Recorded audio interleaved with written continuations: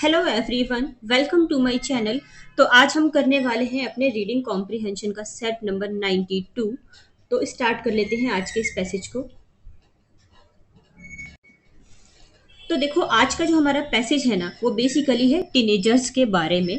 तो सबसे पहले ना, इस पैसेज को स्टार्ट करने से पहले ना, मैं आपको टीनेजर वर्ड का मतलब बता दूं। हाँ, देखो, टीनेजर वर्ड का मतलब होता है, जैसे कि आप इंग्लिश में काउंटिंग करते हैं ना, जैसे कि 11 12 13। तो देखो, 13 जैसे आप वो वर्ड यूज करते हैं ना, तो इसके लास्ट में ये वर्ड जुड़ जाता है टीन। ठीक है। तो 13 से लेके 19 तक ये टीन वर्ड चलता है, फिर उसके बाद आपका ये 20 आ जाता है। ठीक है। तो जो भी 13 से 19 ईयर्स के बीच के जो लोग हैं, जो भी बच्चे हैं, उसको हम टीनेजर्स कहते हैं। यानी कि हम कहते हैं उसको किशोर या फिर किशोरियां। ठीक है। किशोर या फिर किशोरी। ठीक है। तो आप यहाँ से ये ले सकते हैं कि 13 से जो भी 20 तक एज का है, उसको हम टीनेजर्स कहते हैं। और आप में से बहुत से बच्चे ना, बहुत से तो नहीं, बहुत कम बच्चे होंगे जो टीनेजर्स होंगे, और बाकी वो इस एज को क्रॉस कर चुके होंगे। ठीक है। तो देखो, आज के पैसेज को ना हम स्टार्ट कर लेते हैं। If you are living in a house with a child on the cusp of becoming a teenager, congratulations। अब देखो, यहाँ पे जो ऑथर है ना, वो ऑथर यहाँ पे बता रहा है कि अगर आप अपने घर में ना किसी ऐसे बच्चे के साथ रह रहे हैं जो कि अभी जस्ट वो टीनेजर बन रहा है, या टीनेजर वाली एज में अभी वो आया है, तो जो ऑथर है वो कहना चाह रहा है यहाँ पे कि आपको कॉन्ग्रेचुलेशंस, कि आप किसी टीनेजर्स के साथ रह रहे हैं। I am not being sarcastic. You are about to embark on an amazing voyage। और यहाँ पे जो ऑथर है ना, वो बोल रहा है कि मैं आपको कोई सरकास्ट नहीं कर रहा हूँ। सरकास्ट का मतलब होता है कि ऑपोजिट समझना। जैसे कि मैं आपको एक एग्जांपल देती हूँ, आपको सरकास्ट का मतलब समझ में आ जाएगा। जैसे कि आप क्या होता है, जैसे आप मैं अच्छा सा एग्जांपल देती हूँ आपको। जैसे कि आप खाना नहीं खाए हैं, ठीक है, और आपके पेरेंट्स आपको बार बोल रहे बेटा खाना खा लिया। फिर आप बोलते हैं अरे नहीं खाया। तो फिर पेरेंट्स फिर से पूछते हैं अरे बेटा खाना खा लिया, बेटा खाना खा लिया। 2-3 बार आप सुन के ना, आप थोड़ा-सा बोर, थोड़े-से ना इरिटेट से हो जाते हो। फिर आप कहते हो हाँ, मैंने खा लिया खाना, है ना? ये एक अच्छा एग्ज़ाम्पल है टीनेजर्स के लिए। तो आप ऐसे बोलते हो गुस्से में, हाँ, मैंने खा लिया, हाँ, मैंने खाना खाना खा लिया, इस तरह से। तो जो आपके जो पेरेंट्स हैं ना, वो समझ जाते हैं कि अच्छा इसने खाना नहीं खाया, इसने गुस्से में ऐसे बोल दिया। तो सरकास्ट का मतलब क्या होता है? अपोज़िट समझना। तो यहाँ पे जो ऑथर है ना, यहाँ पे वो कह रहा है कि मैं आपको सरकास्ट नहीं कर रहा हूँ, कि सच में आप ना एक एक अमेजिंग वॉयज, एक बहुत ही अच्छी यात्रा स्टार्ट करने जा रहे हैं। एम्बार्क, एम्बार्क का मतलब होता है स्टार्ट करना, है ना? ये आप ऐसे याद रख सकते हैं वन वर्ड में भी। एम्बार्क मीन्स स्टार्ट करना, टू स्टार्ट समथिंग। तो यहाँ पे देखो, अगर हम किसी भी टीनेजर्स के साथ रह रहे हैं ना, तो एक हम ना एक अमेजिंग जर्नी, एक अमेजिंग वॉयज पे आ गए हैं। ठीक है। एक अमेजिंग ही हमारी यात्रा होगी। It may be a bumpy ride, but on the journey, your child will grow, change, and blossom into the adult she will one day become। अब देखो, हो सकता है आपकी जो वॉयस है, वॉयस मतलब आपकी जो ये यात्रा है, यात्रा मतलब रियल यात्रा नहीं, जो आपकी जो एज बढ़ रही है, उसके बीच में जो चेंजेस आ रहे हैं, जो डिफरेंसेस आ रहे हैं, उसको ये वॉइस कहा जा रहा है यहाँ पे। ठीक है। तो यहाँ पे जो ऑथर है वो कह रहा है कि आपकी जो वॉइस है ना, ये जो आपकी यात्रा है, ये बम्पी राइड हो सकती है। बम्पी का मतलब होता है डिफिकल्ट। आपका जो ये टाइम है, वो थोड़ा सा डिफिकल्ट हो सकता है, एक डिफिकल्ट राइड की तरह हो सकता है। बट आपकी इस जर्नी में ना, जो आपका बच्चा है वो ग्रो करेगा, बढ़ेगा। आप देखो, 13, आपने देखा होगा आपके घर में भी 13 साल के बच्चे हैं, फिर 14 साल के होते हैं वो, फिर 15 के होते हैं, फिर 16 के होते हैं। तो आपने देखा होगा उनके बॉडी में काफ़ी सारे चेंजेस आते हैं। बॉडी में चेंजेस आते हैं, उनके मूड में चेंजेस आते हैं। ठीक है। उनके थिंकिंग्स वगैरह सारी चीज़ों में चेंजेस आने लग जाते हैं। क्यों? क्योंकि वो आपका बच्चा ना वो बड़ा हो रहा होता है। ठीक है। तो यहाँ पे जो ऑथर है वो यही बोल रहा है कि ये वाली जो आपकी जो यात्रा होगी वो बहुत डिफिकल्ट होगी, बट इसमें यह है कि आपका जो बच्चा है ना वो ग्रो करेगा। उसके बॉडी में चेंजेस होगा, और वो ब्लॉसम होगा, और ना वो टीनेजर के बाद वो फिर एडल्ट बनेगी, बनेगी या फिर बनेगा, है ना? यहाँ पे देखो, शी यूज हुआ तो हम एज अ गर्ल ले सकते हैं। तो एक दिन क्या होगा, वो एडल्ट। देखो, पहले सबसे पहले क्या होता है, एक बच्चा होता है, उसके बाद धीरे धीरे धीरे वो टीनेजर वाली एज में आता है। फिर जब वो 20 क्रॉस कर लेता है ना, फिर हम कहते हैं वो एडल्ट बन गया है, यानी कि वयस्क बन गया है। ठीक है। तो टीनेजर के बाद वो वयस्क बनेगा। If you are living with an older teenager, I won't try to sugar coat it, you will meet challenges. और यहाँ पे जो ऑथर है वो कह रहे हैं कि अगर आप किसी ओल्डर टीनेजर के साथ रह रहे हैं, यानी कि जो 19-20 साल तक का हो गया, एक तो देखो 13 से एज स्टार्ट होती है। अभी 19-20 13 ईयर्स के बच्चे में और 19-20 साल के बच्चे में काफ़ी डिफरेंस होंगे ना। तो यहाँ पे जो ऑथर है वो यही कह रहे हैं कि अगर आप किसी ओल्डर टीनेजर के साथ रह रहे हैं तो मैं आपको कोई शुगर कोट नहीं करूंगा। बस मुझे इतना पता है कि आपके लाइफ में बहुत सारे चैलेंजेस होंगे। आप काफ़ी सारे चैलेंजेस को फेस करेंगे। जो भी 19-20 साल का बच्चा है, बच्ची है, उसके लाइफ में क्या होंगे, काफ़ी सारे चेंजेस होंगे। अब चेंजेस में अगर मैं आपको एग्जांपल्स की मैं बात कर लूँ, अपने अपने तरीके से मैं अगर आपको समझाना चाहूँ उसके एग्जांपल्स में जो इसमें नहीं है। देखो क्या होता है, जैसे ही आप टीनेजर वाले एज में आते हैं ना, मैं लड़का और लड़की दोनों को लेके चलूंगी। जो बॉयज हैं उनमें क्या चेंजेस आते हैं, तो उनके थोड़े से दाढ़ी मूछे वगैरह निकलने लग जाती है, तो पेरेंट्स भी कहते हैं कि हाँ हमारा बच्चा बड़ा हो रहा है। ठीक है। उनके थोड़े से बॉडी शेप चेंज हो जाती है। ठीक है। जब हम बच्चे होते हैं तो हम लड़का लड़की की बॉडी सेम होती है, जैसे जैसे हम बड़े होते हैं ना तो लड़के की बॉडी शेप चेंज हो जाती है, लड़कियों की थोड़ी सी कर्व टाइप में हो जाती है बॉडी। ठीक है। लड़कों की आवाज़ कठोर हो जाती है, थोड़ी सी सख्त हो जाती है। लड़कियों की आवाज़ क्या होती है, थोड़ी सी पतली हो जाती है, पहले से थोड़ी सी अच्छी हो जाती है। ठीक है। बॉडी में चेंजेस होते हैं, जैसे कि हम कह सकते हैं हमारे बॉडी पार्ट्स में काफ़ी सारे नए डिफरेंट डिफरेंट पार्ट्स का आ जाना। ठीक है। डिफरेंट डिफरेंट पार्ट्स जो आ जाते हैं, जैसे कि हम कह सकते हैं कि मतलब काफ़ी सारे चेंजेस आते हैं बॉडी में।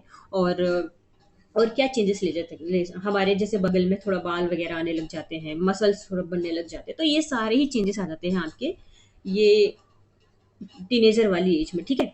अब देखो यहाँ पे जो ऑथर है वो क्या कह रहा है, the ragging hormones, the pressure of exams, the angst of relationship with friends and eventually lovers, modern teenagers are under so much pressure, it's no wonder they get moody।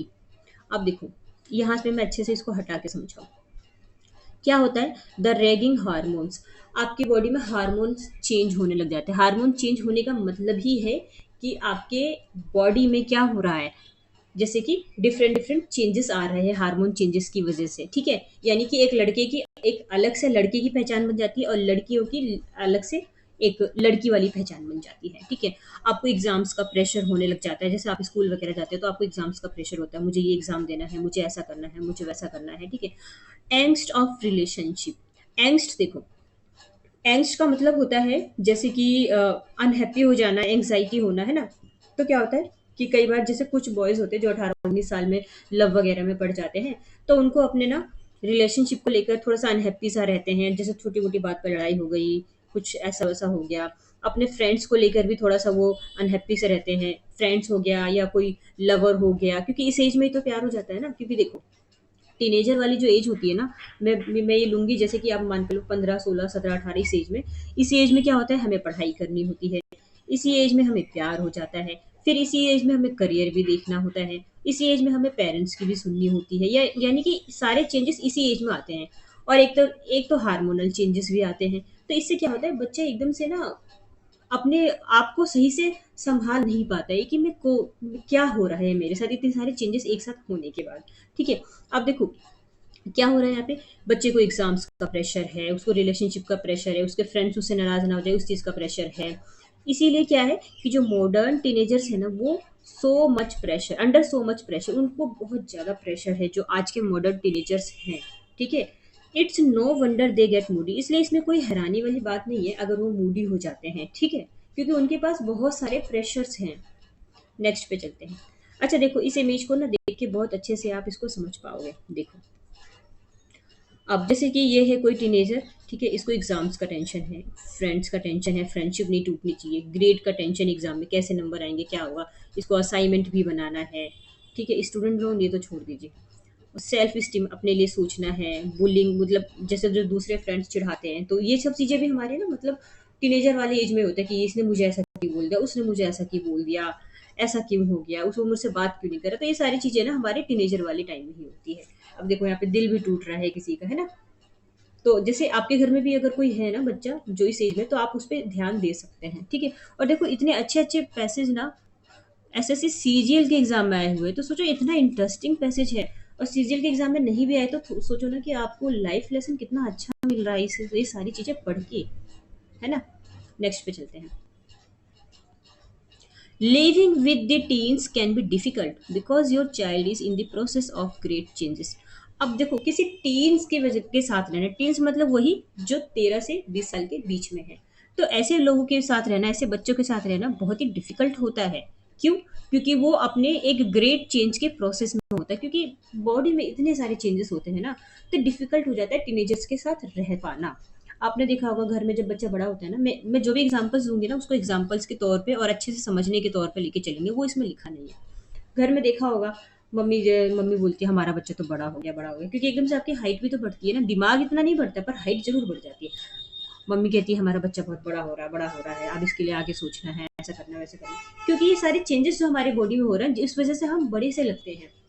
Gone is the baby who adored you without questions. Only shadows remain of the child who hung on your every word of wisdom. अब देखो, gone is the baby यानी कि अब वो बच्चा चला गया, अब वो बच्चा चला गया जो आपके बिना किसी क्वेश्चन के आपसे बहुत प्यार करता है। क्योंकि देखो क्या होता है, जब हम छोटे होते हैं ना, बच्चा सवाल नहीं करता, वो सिर्फ अपने पेरेंट्स को प्यार करता है। बट अब वो टाइम चला गया, वो बेबी चला गया मीन्स कि वो बचपना अब चला गया। ठीक है, विदाउट क्वेश्चन से आपके प्यार करेगा, क्योंकि अब ऐसा टाइम आ गया, हो सके तो वो आपसे कुछ कुछ क्वेश्चंस भी करे। Only shadow remain of the child. अब देखो उस बच्चे की ना सिर्फ परछाई रह गई है। ठीक है, वो बचपना चला गया, उसके अंदर से जितनी भी चीजें बचपने थी वो सब चली गई, जैसे गुड्डे गुड़ियों से खेलना ही सारी वो सब चला गया है। अब जो आपका बच्चा है ना, उसकी सिर्फ परछाई रह गई है बच्चे के रूप में। ठीक है, और आप आप जैसे उसको बुद्धि वाली कुछ बातें बताएंगे, विजडम वाली जो भी चीज, तो वो सारी चीजें आप क्या है, वो हो सके तो उस पर इतना ध्यान ना दे, है ना। हो सके तो वो चीजें वही की वही रह जाए, है ना। Your teenager is becoming a young adult trying to find his way in the world. आपका जो टीनेजर है ना, अब वो धीरे धीरे एडल्ट बन रहा है, बड़ा बन रहा है, वयस्क बन रहा है वो। ठीक है, और वो अपना एक खुद का रास्ता, खुद का ही एक वे इस दुनिया में खोजने की कोशिश कर रहा है। क्योंकि वो अब एक टाइम आ गया ना जब वो अपने करियर के लिए भी तो सोचता है, मैं बड़ा होकर मैं ये बनूंगा, मैं बड़ा होकर वो बनूंगा, मुझे आगे ये करना है, मुझे इतना पैसा कमाना है। मतलब ये सारे थॉट्स होते हैं जब वो टीनेजर से एडल्ट में आ जाता है। ठीक है, he is now programmed to reject your values and kick against your authority। और अब ऐसा टाइम आ गया है ना, इस तरह से प्रोग्राम किया गया उस बच्चे को, मतलब एक ऐसा टाइम आ गया ना कि हो सके वो आपकी वैल्यूज को रिजेक्ट कर दे। आप कुछ बोले तो कई बार ऐसा हो सके वो आपकी बातें ना माने, है ना, और आपकी अथॉरिटी के अगेंस्ट चला जाए। यानी कि आप कुछ बोल रहे हैं, आपकी वैल्यू ना करे, आपके खिलाफ हो जाए, हर चीज में आपकी बात वो ना माने, है ना। Some days, when arguments are raging, music is blaring, dishes pile up in the sink, and your daughter misses her curfew again, you may feel that you just can't bear it any longer। और अब ऐसा time आ गया है ना कि कुछ दिन के बाद क्या होगा कि कुछ आर्ग्यूमेंट्स होंगे, बहस वगैरह चलेगी फैमिलीज में, क्योंकि ये टाइम ही ऐसा होता है। और हाँ, एक चीज मैं आपको बता दूं, ये सबके साथ ही होता है, ऐसा नहीं है कि ऑथर ने ऐसे लिख दिया। ये सबके साथ है, इस एज में ना हर बच्चे के साथ ऐसा होता है। तभी कहा जाता है कि पेरेंट्स को बच्चों के साथ रहना चाहिए, बच्चों की बातों को समझना चाहिए। तो अब एक ऐसा टाइम आ जाता है ना इस एज में कि वो आपका बच्चा जो आपसे वो बहस करेगा, हर चीज पे आर्ग्यूमेंट करेगा, तेज म्यूजिक सुनेगा, बहुत तेज में चला के म्यूजिक सुनता है, बर्तनों के ढेर को इकट्ठा करके रख देगा सिंक के पास। ठीक है, और हो सके तो आपकी जो डॉटर है, मतलब यहाँ पे देखो बेटी की बात हो, अगर आपकी जो बेटी है, आपने जैसे उस पर कुछ रेस्ट्रिक्शंस लगाएंगे, कर्फ्यू लगाएंगे, हो सके तो वो उसको तोड़ दे फिर से, है ना। आपने जैसे बोला होगा बेटा इस टाइम पे जाना है और फिर इस टाइम पे आना है, हो सके वो वैसा ना करे। तो ये सारी इसी चीज में होती है, इसी एज में होती है सारी चीजें। हाँ, और फिर एक टाइम बाद आपको ऐसा भी फील होगा कि अब आप और नहीं सह सकते, बहुत हो गया, अब हमसे नहीं सहा जाएगा, क्योंकि मेरी बात नहीं मानी जा रही। पेरेंट्स ऐसा सोचते हैं बच्चों को लेकर, ये मेरी बात बिल्कुल नहीं सुन रहा, अब नहीं होगा, अब कुछ तो करना पड़ेगा, कुछ इस तरह से। ठीक है, नेक्स्ट पे चलते हैं। But if you take a step backward, breathing deeply for a moment, you will be able to see that most of the problems and irritations we have parenting teens are small ones। अब देखो, यहाँ पे जो author है ना वो हमें कुछ बताने की कोशिश कर रहा है। वो ऑथर हमें कह रहा है कि ये सारी चीजें तो होंगी, सबके साथ होती हैं, बट अगर आप थोड़ा सा ना टाइम लेके स्टेप बैकवर्ड, एक कदम अगर आप पीछे जाएं, ठीक है, थोड़ा सा टाइम लेके आप लंबी सांस लें, ठीक है? एक कदम पीछे जाए और लंबी सांस लें आप, तो आप you will be able to see, आप ये सीधा सीधा देख पाएंगे कि जो आपने अपनी लाइफ में ना इतनी बड़ी बड़ी जो प्रॉब्लम्स है, इरिटेशंस है, जो आपने फेस आउट की है, तो उसके आगे ना आपकी जो टीन्स है, आपके जो बच्चे की प्रॉब्लम है ना, वो तो बहुत छोटी सी प्रॉब्लम है। क्योंकि पेरेंट्स बनना भी तो इतना आसान नहीं है ना। पेरेंट्स ने इतना मेहनत करके इतनी पूरी दुनिया देखकर बच्चों को पाला, तो बच्चे की प्रॉब्लम तो पेरेंट्स के सामने एक छोटी सी ही प्रॉब्लम है। It's only because we are so close to them they look so big. It's all about perspective. और ये इसलिए है ना, क्योंकि क्या होता है कि हम अपने बच्चों के ना बहुत ही ज़्यादा क्लोज होते हैं, क्योंकि हमें बहुत ज़्यादा प्यार होता है। वो एकदम से क्या होता है, वो एकदम से बड़े बन जाते हैं ना बच्चे, तो पेरेंट्स इस चीज़ को देखते हैं कि एकदम से ये क्या हो रहा है, क्योंकि बॉडी चेंजेस की वजह से बच्चे क्या है, बड़े हो जाते हैं। और पेरेंट्स बच्चों के लिए काफ़ी ज़्यादा सोचते हैं इसलिए। और इट्स ऑल अबाउट पर्सपेक्टिव। ये सारी चीज़ें ना पर्सपेक्टिव की बात है, अपने अपने नज़रिए की बात है कि आप अपने बच्चों को कितना अच्छे से समझ पा रहे हो, ठीक है? अब देखो नेक्स्ट देखते हैं। हाँ, एक मिनट, ये कहाँ चला गया? Your baby is metamorphosing into the adult he or she will be, and it's hard to watch। आपका जो बेबी होगा ना, जो आपका जो बच्चा होगा ना, वो क्या होगा? मेटामॉर्फाइजिंग। देखो, मेटामॉर्फोसिंग का मतलब होता है कंप्लीटली चेंज होकर किसी डिफरेंट फॉर्म में आ जाना। मतलब कि एकदम से बचपने से वो एक बड़ा इंसान बन जाता है या बन जाती है, लड़का लड़की जो भी हो। तो इससे क्या होता है कि जो इतना जो ग्रेट चेंजेस आया है ना, जिससे कि आगे चल के वो क्या होगा, वो एकदम से एडल्ट बन जाएगा या बन जाएगी, है ना? तो ये बहुत ही हार्ड होता है पेरेंट्स के लिए देख पाना कि अभी तो ये बच्चा था, एकदम से इतना बड़ा कैसे हो गया। हाँ, हम बोलते नहीं है कि कई बार हम ऐसे भी बोल देते हैं कि बहुत बड़ा हो गया है तू, और कई बार हम ऐसे बोलते हैं कि अरे ये तो बच्चा था, ये इतना बड़ा हो गया, ये इतना लंबा हो गया। तो जो पेरेंट्स है वो सारी चीज़ों को देखते हैं ना, तो उनको बहुत हार्ड सा लगता है कि एकदम से कैसे होगी ये सारी चीज़ें, है ना? तो टीनेजर की एज ना होती ही ऐसी है। You want to save them from making your mistakes and make their life easier. और आप चाहेंगे आपकी आप अपने बच्चों को बचाएं, उनको मिस्टेक करने से बचाएं, और आप उनकी लाइफ को ना, अपने बच्चों की लाइफ को बहुत ही ईजी बनाना चाहेंगे। आप चाहेंगे कि हर चीज़ ये ईजिली कर पाए, मिस्टेक्स ना करे, ऐसा आप चाहेंगे। News flash, you can't. खबरदार, हम ऐसे कह सकते हैं, खबरदार। यू कांट, आप ऐसा बिल्कुल नहीं कर सकते, ठीक है? ऐसा नहीं हो सकता कि आपके बच्चे गलती ना करें, और ऐसा भी नहीं हो सकता आप उनकी लाइफ को बिल्कुल ईजी बना दें, है ना? हालांकि आप ऐसा चाहते हैं। यू कांट, आप ये नहीं कर सकते। वॉट यू कैन, आप कर क्या सकते हैं? एंड मस्ट, आप क्या कर सकते हैं और आपको क्या करना चाहिए, वो है do is always do must do is always be there to listen. आपको बस एक चीज करना है कि आपको हमेशा ना अपने बच्चों को सुनने के लिए तैयार रहना है। कि अगर आपका बच्चा कुछ कह रहा है, आपको ये कहना चाहता है या किसी प्रॉब्लम में है, तो वो आपसे कभी भी कुछ भी किसी भी टाइम कह सके। आपको प्रेजेंट रहना पड़ेगा अपने बच्चों के लिए सुनने के लिए। There will be times when you are the last person she wants to talk to you, but you must make sure the opportunity is always there, be available. अब देखो, लाइफ में ना क्या, जैसे ना हम हमारी जो जैसे जैसे एज होती है ना, तो एक टाइम ऐसा भी आता है कि जो हमारे पेरेंट्स होते हैं ना, एक लास्ट पर्सन बन जाते हैं जिससे कि हम अपनी बातें शेयर करें। क्योंकि क्या होता है टीनेजर में या फिर टीनेजर के बाद हमारे काफ़ी सारे फ्रेंड्स बन जाते हैं, लोगों की गर्ल फ्रेंड्स बन जाती हैं, बॉय फ्रेंड्स बन जाते हैं। तो क्या होता है, वो सारी बातें उनसे ही शेयर करने लग जाते हैं। तो क्या होता है कि ये सारा मैं देखो एग्जाम्पल के लिए कह रही हूँ, ताकि मैं आपको पैसेज को बहुत अच्छे से समझा पाऊँ। यहाँ पे ऐसे गर्लफ्रेंड बॉयफ्रेंड ऐसा कुछ नहीं लिखा है, बट मैं आपको डीपली समझाना चाहती हूँ, इसलिए मैं ऐसा बोल रही हूँ। तो देखो, एक ऐसा टाइम भी आता है हमारी लाइफ में कि हम पेरेंट्स को लास्ट में रखते हैं कि हम ये बात पेरेंट्स से शेयर करेंगे।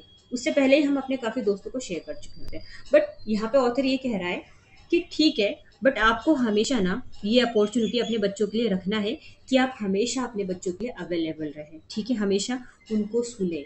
वो कुछ कहना चाहते हैं, कुछ आपसे शेयर करना चाहते हैं, तो उसके लिए हमेशा आप अवेलेबल रहें, ताकि वो अपनी दिल की बात आपको कह सके, ठीक है? तो देखो, पैसेज, हाँ, पैसेज हमारा खत्म हो गया है। अच्छा पैसेज था, कुछ सीखने को मिला है।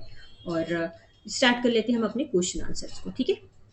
अब देखो, फर्स्ट क्वेश्चन है हमारा, according to the author living with a teenager is like an amazing voice because. Author के अकॉर्डिंग ना टीनेजर्स के साथ रहना एक अमेजिंग वॉइस, एक अमेजिंग यात्रा है। क्यों? During this voice the parent will see the teenager blossoming into an adult. इस टाइम पीरियड में जो पेरेंट्स है वो देखते हैं कि जो उनका जो टीनेजर है ना एकदम से ब्लॉसमिंग कर रहा है और एकदम से वो बड़ा बन रहा है। तो क्या इसलिए the voice will be very bumpy and dangerous. जो ये यात्रा होगी बहुत ही ज़्यादा बम्पी होगी, बम्पी यानी डिफिकल्ट होगी और डेंजरस होगी। तो इसका क्या आंसर हो सकता है? क्या नहीं हो सकता ये देख लेते हैं। Both the teenager and the parent will get see many amazing sides. ये तो नहीं हो सकता। बच्चे में ये सारे चेंजेस आ रहे हैं, पेरेंट्स में नहीं आ रहे, क्योंकि पेरेंट्स ने ये चीज़ें पहले से ही हैंडल कर चुके हैं। ठीक है, क्योंकि पेरेंट्स भी तो एक दिन टीनेजर में आए होंगे ना। The voice will take them to different wonderful places on the earth. ये कोई रियल में कोई वॉइस थोड़ा ना, कोई रियल में यहाँ पे यात्रा नहीं चल रही है, ये एज की बात चल रही है यहाँ पे। रियल में कोई ट्रेवल नहीं कर रहा है यहाँ पे आके। तो देखो सी और डी तो नहीं होगा, है ना, सी और डी नहीं होगा। अब आ जाते हैं फर्स्ट एंड सेकंड के पास। अब देखो हमारा जो ना करेक्ट आंसर होगा वो होगा फर्स्ट। ठीक है, फर्स्ट क्यों होगा तो मैं आपको बता दूं।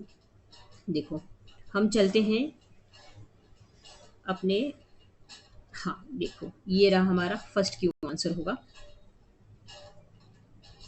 मैं आपको बता दूं, change the blossom into an adult. क्योंकि क्या होता है वो एकदम से चेंज चेंज हो जाता है एडल्ट में। ठीक है, ये बम्पी राइड ये सारी चीजें भी है, बट एक्चुअल में जो यहाँ पे जो चेंज आया है ना वो क्या है कि ब्लॉसम इनटू एडल्ट, यानी कि वो एकदम से एडल्ट बन जाता है। ठीक है, तो हमारा करेक्ट आंसर होगा ऑप्शन नंबर फर्स्ट। ठीक है, अब आ जाते हैं हम क्वेश्चन नंबर सेकंड पे चलते हैं। हाँ देखो क्वेश्चन नंबर सेकंड, एक मिनट, सेकंड है हमारा, I won't try to sugar coat it, I will not try to sugar coat it, by this word the author wants to convey is. देखो I will not try to sugar coat it, मैं इसको sugar coat नहीं करना चाहूंगा। Sugar coat मतलब क्या करना, मतलब कि देखो शुगर कोट का मतलब हम कह सकते हैं, तो हम कह सकते हैं कि किसी भी बात या सिचुएशन को बहुत ही अच्छे से प्रेजेंट करना। शुगर कोट किसी भी बात या सिचुएशन को अच्छे से प्रेजेंट करना। तो जो ऑथर है वो कह रहा है कि मैं इसको शुगर कोट नहीं करना चाहूंगा। ठीक है, तो इस लाइन का मतलब क्या है? शी डज नॉट, अच्छा मुझे लग रहा है ना यहाँ पे जो ऑथर है ना वो फीमेल है। ऑथर कौन है यहाँ पे? फीमेल है यहाँ पे। हालांकि पढ़ के तो इतना पता नहीं चला, पर फीमेल ही है क्योंकि शी वर्ड ज्यादा यूज हुआ है यहाँ पे। ठीक है, she does not want to hide the fact that parenting a teenager is full of challenges।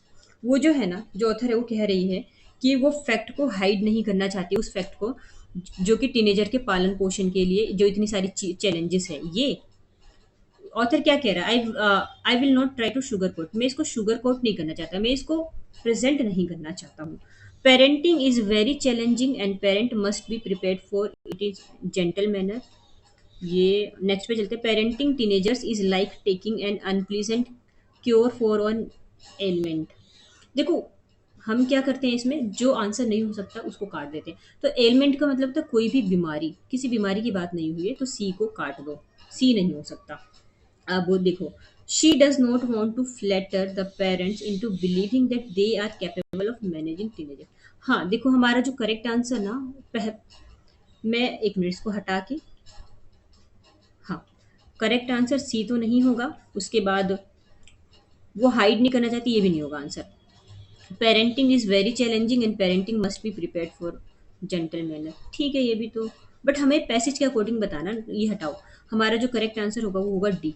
अब डी क्यों होगा? देखो यहाँ पे बात हो रही है, एक मिनट, ये हाँ यहाँ पे बात हो रही है कि जो जो यहाँ पे ऑथर है वो बता रहे हैं कि वो पेरेंट्स को ना ये विश्वास दिलाकर, कह सकते हैं कि एक तरह से खुशामद करना। तो वो पेरेंट्स को ना ये विश्वास दिलाकर ये खुशामद करना या शो ऑफ नहीं करना चाहती है कि वो किशोरों को, ये जो टीनेजर्स है उसको संभालने में वो क्या है, कैपेबल है। और ये बात सच भी है कि हम जो पेरेंट्स होते हैं ना, देखो वो अपने बच्चों को संभाल ही लेते हैं, बट जो यहाँ पे ऑथर है वो ऐसा बताना नहीं चाह रही है कि वो अपने अपने बच्चों को संभालने में सक्षम है, जबकि वो संभाल सकते हैं, ठीक है? तो एक तरह से शो ऑफ नहीं करना चाह रहे, हम ऐसा कह सकते हैं, ठीक है? तो ऑप्शन नंबर तो डी ही इसका करेक्ट आंसर है। नेक्स्ट पे चलते हैं। नेक्स्ट है हमारा, modern teenagers easily become annoyed और unhappy for no reason because, जो मॉडर्न के जो टीनेजर्स हैं ना अभी, वो इजीली क्या होते हैं, एनॉयड हो जाते हैं और अनहैप्पी हो जाते हैं। क्यों? क्यों हो जाते हैं? क्योंकि हार्मोनल इम्बैलेंस हो रहा है, that is characteristic of this period of development. The failed relationship with friends and lovers, failing in examinations, the enormous stress they experience at this age. देखो, रिलेशनशिप और यहाँ पे एग्जाम दोनों एक साथ आए हैं, और हमारे पैसेज में दोनों ही दिया है, तो दोनों ही आंसर नहीं हो सकता। इस ट्रिक से हम इस दोनों को काट सकते हैं, क्योंकि दोनों आया है। अगर हम सोचेंगे बी आंसर है तो सी तो नहीं लगा सकते, और अगर हम सोचेंगे सी आंसर है तो बी तो नहीं लगा सकते। मतलब ये दोनों तो नहीं हो सकते, एक जैसे तो आंसर नहीं हो सकते ना। तो अब आ जाते हैं हम ए और डी पर, बचता है हमारे पास सिर्फ ये दोनों, ठीक है? अब देखो यहाँ पे ना हमारा जो आंसर होगा, the hormonal imbalance, hormonal imbalance होता है, ये लगाएं या the enormous stress they experience eight, हाँ हमारा देखो ना करेक्ट आंसर डी हो जाएगा। डी, क्योंकि क्या होता है कि जो इतना ज़्यादा स्ट्रेस होता है ना इस एज में, इनॉर्मस स्ट्रेस, इनॉर्मस का मतलब होता है बहुत ज़्यादा, बहुत बड़ा लेवल का स्ट्रेस होता है। और बड़े लेवल में तो ये सारी चीज़ें आ जाएंगी ना, फ्रेंड्स हो जाएंगे, लवर्स हो जाएंगे, एग्जामिनेशन हो जाएंगे, हार्मोनल, ये सारी चीज़ें बॉडी में हो रही है, तभी तो इतना बड़ा चेंज, इतना बड़ा स्ट्रेस आ रहा है इस एज में, इसलिए डी हमारा करेक्ट होगा। नेक्स्ट पे चलते हैं। नेक्स्ट है हमारा, only shadow remain of the child, the word shadow refers here refers, सिर्फ बच्चे की परछाई ही रह जाती है, तो इस परछाई वर्ड का क्या मतलब है? देखो,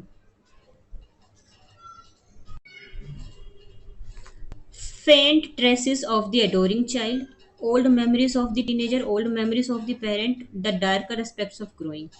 क्या आंसर नहीं हो सकता? डार्कर एस्पेक्ट्स, कुछ डार्कर एस्पेक्ट्स की बात नहीं हुई, जो चीजें हो रही है आंखों के सामने हो रही है, ठीक है? और फेंट traces of the adoring child, ये तो नहीं, बच्चे को प्यार को लेकर ऐसा कुछ नहीं। Old memories of the teenager और ओल्ड मेमोरीज ऑफ पेरेंट्स की ओल्ड मेमोरीज नहीं है, टीनेजर्स की ओल्ड मेमोरीज, क्योंकि टीनेजर से वो सीधा क्या बन जाएंगे, वो बन जाएंगे एडल्ट, टीनेजर के बाद सीधा वो बनने वाले हैं एडल्ट। तो उनकी एक ना ओल्ड मेमोरीज रह जाती है कि हम पहले ऐसे थे, हम पहले वैसे थे, हम पहले ऐसे करते थे, ये सारी चीज़ें तो ये ओल्ड मेमोरीज बन जाएगी। क्योंकि मैं सीधा सीधा कहूँ ना तो उनका बचपना खत्म हो जाएगा, मैंने पैसेज में आपको बताया था ना अभी। तो उनका जो बचपना है ना वो खत्म हो जाएगा, बस उसकी एक परछाई रह जाएगी। तो हमारे इस वर्ड का यही मतलब है, old memories of the teenagers की, ठीक है? नेक्स्ट पे चलते हैं। अब देखो हाँ नेक्स्ट है हमारा, एक मिनट ये काम नहीं कर रहा क्या? Teenagers kick against your authority is a manifestation of a teenagers, जो टीनेजर्स है ना वो आपके अथॉरिटी के अगेंस्ट भी चले जाएंगे। तो ये टीनेजर्स की किस बात के बारे में बता रहा है? Innate tendency to become physically violent, क्योंकि इननेट मतलब जन्मजात होना, क्योंकि जन्मजात से ऐसा वायलेंट था, जब वो पैदा था, तो वो पैदा हुआ था बच्चा, तो वो ऐसे ही वायलेंट था, आक्रामक टाइप का था, गुस्से वाला था। क्या ऐसा ये सच है? बिल्कुल भी सच नहीं है। और दूसरी चीज़, हमारे पैसेज में ऐसा कुछ भी नहीं दिया। ये सारे चेंजेस हमारे टीनेज में आ रहे हैं, टीनेजर वाली एज में, ठीक है?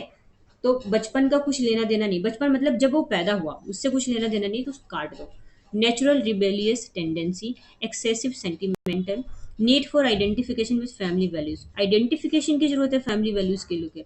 अरे नहीं, आइडेंटिफिकेशन की जरूरत कैसे हो सकती है? नेचुरल रिबेलियस टेंडेंसी मतलब ये सारी चीजें नेचुरल है, उसके साथ जो भी ये हो रहा है कि वो आपके अगेंस्ट जा रहा है, क्योंकि बॉडी का जो उसका चेंजेस है, हार्मोनल चेंजेस, उसकी वजह से ही तो उसका मूड स्विंग हो रहा है, मूडी हो जा रहा है, कुछ भी कभी बोल रहा है, कभी कुछ बोल रहा है ना, आपके अगेंस्ट जा रहा है। तो ऑप्शन नंबर बी हमारा करेक्ट होगा, क्योंकि ये सारी चीजें नेचुरल हो रही है, वो जानबूझ के नहीं कर रहा। इस एज में बच्चे ऐसी ही हरकत करते हैं, ठीक है?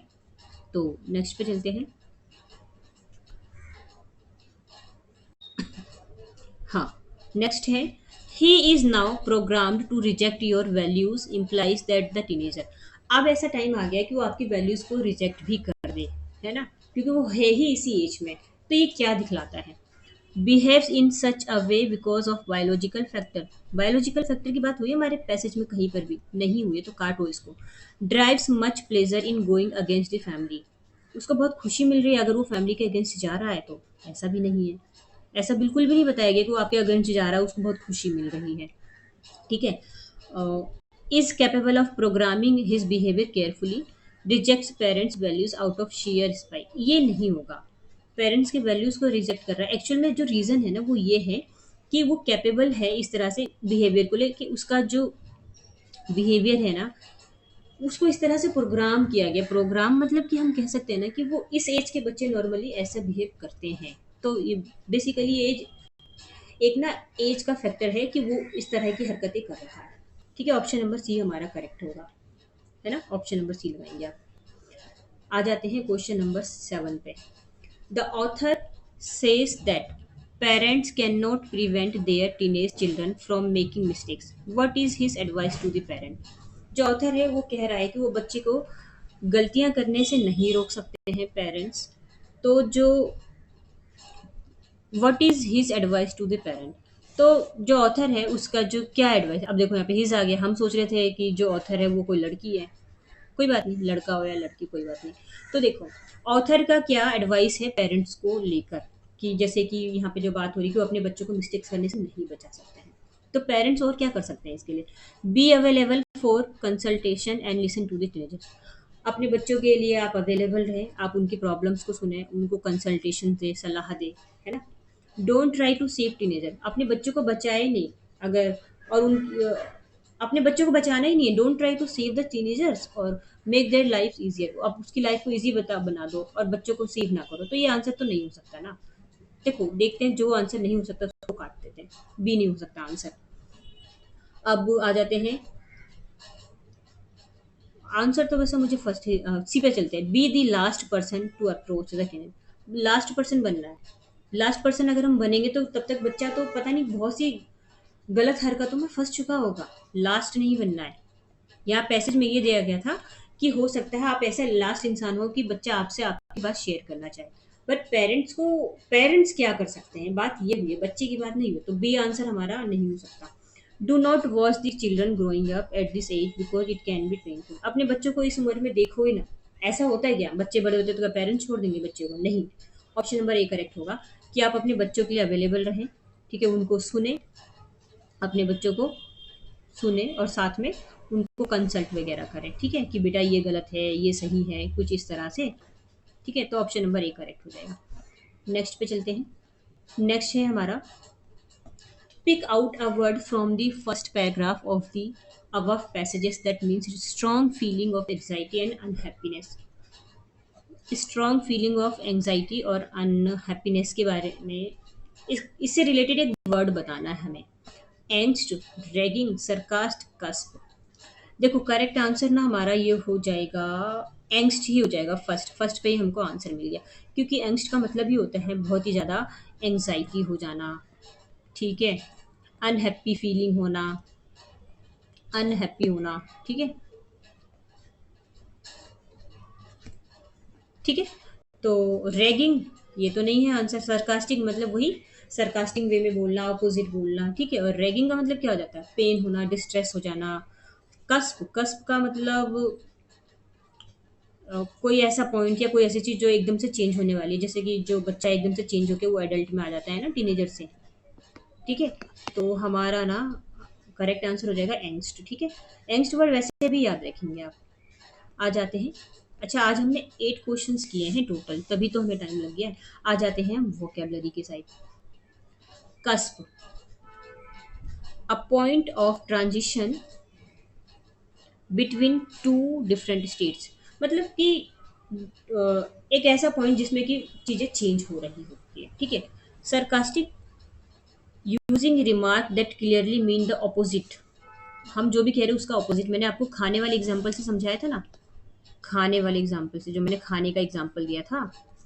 नेक्स्ट है एम्बार्क। एम्बार्क का मतलब होता है किसी भी चीज़ को स्टार्ट करना, न्यू और इम्पोर्टेंट चीज़ को स्टार्ट कर देना। ठीक है, टू पुट अ रिजीव ऑन बोर्ड शिप, बोर्ड और अ शिप, एयरक्राफ्ट और अदर व्हीकल, ये भी मतलब होते हैं इसके अनदर मीनिंग में। ठीक है, बट स्टार्ट याद रखेंगे। बम्पी, बम्पी का मतलब होता है अनकंफर्टेबल होना, डिफिकल्ट होना। ठीक है, बम्पी का मतलब। नेक्स्ट पे चलते हैं। पैसेज भी बड़ा है, वर्ड मीनिंग भी बहुत सारे हैं, तो सारे ही याद रखने हैं आपको। डेली 2-2 3 2-2 नहीं, 2 तो कम हो जाता है। डेली 3 वर्ड मीनिंग या 5, 3 का रेशियो रख सकते हैं या 5 का रख सकते हैं। आपके ऊपर जितना भी आप याद कर सकते हैं। रैगिंग का मतलब होता है ग्रेट पेन और डिस्ट्रेस होना। एंग्स्ट का मतलब एंग्जाइटी हो जाना, वरी हो जाना, अनहैप्पी हो जाना, किसी भी चीज़ को लेके चिंता में डूब जाना। एडोर, एडोर का मतलब होता है जब हम किसी से प्यार करते हैं, उसको रेस्पेक्ट देते हैं, उसको हम कहते हैं एडोर। ब्लेयर, ब्लेयर का मतलब होता है लाउडली गाने सुनना, अनप्लीजेंट नॉइज में सुनना, मतलब बहुत ज़्यादा लाउडली गाने अच्छे नहीं लगते हमारे कानों को, तो अनप्लीजेंट सा नॉइज देता है ये, ठीक है। मेटामॉर्फोस, मेटामॉर्फोस का मतलब होता है एक ग्रेट चेंज हो जाना, कंप्लीटली चेंज हो जाना। जैसे आपका बच्चा बच्चे से टीनेजर बना, किड से टीनेजर बना, फिर टीनेजर से क्या बन गया, एडल्ट बन गया, है ना। तो ये सारे चेंजेस। और अच्छा, हमारा तो ये खत्म ही हो गया। अच्छा देखो, आपको आज का ना पैसेज अच्छा लगता है तो आप लाइक एंड सब्सक्राइब कर सकते हैं, दोस्तों को शेयर कर सकते हैं। कुछ इसमें चेंजेस करना है तो आप मुझे बता सकते हैं, ठीक है। और मतलब जो भी, अगर आप कुछ इम्प्रूवमेंट चाहते हैं कुछ भी चीज़ का, तो आप मुझे बता सकते हैं, मैं डेफिनेटली करूँगी, ठीक है। So thank you so much, फिर अब हम मिलते हैं नेक्स्ट वीडियो पे, ठीक है।